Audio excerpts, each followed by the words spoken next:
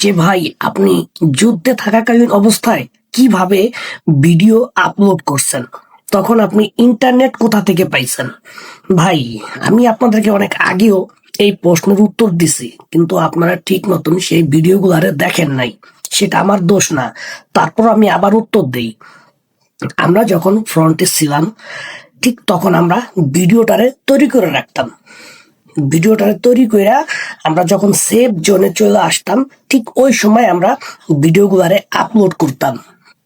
তো এখন আমি শহরের ইউনিটে ডিউটি করতেছি।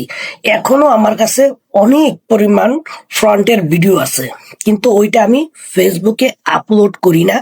একটা কারণে, কারণ ওইটা আমার জন্য এখন ঝুঁকিপূর্ণতার কারণে আমি ফেসবুকে যুদ্ধের ভিডিওটা দেই না। যখন আমি অফিস থেকে বের হই, ঠিক তখন আমি যে কোনো একটা ভিডিও যখন আমি তৈরি করি, তখন আমি ওই ভিডিওটারে ফেসবুকে আপলোড করার চেষ্টা করি। তো তারপরও আমি দুই একটা ভিডিও দিব, যুদ্ধের ভিডিও।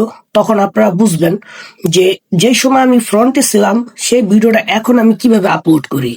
তাহলে আপনাদের অবশ্যই একটু বুঝবেন যে ওই ভিডিওগুলো সে মোবাইলে ধারণ করে, এবং মোবাইলে ধারণ করার পরও যখন সেভ জোনে চলে আসে, ঠিক ওই সময় ভিডিওটা আপলোড করে।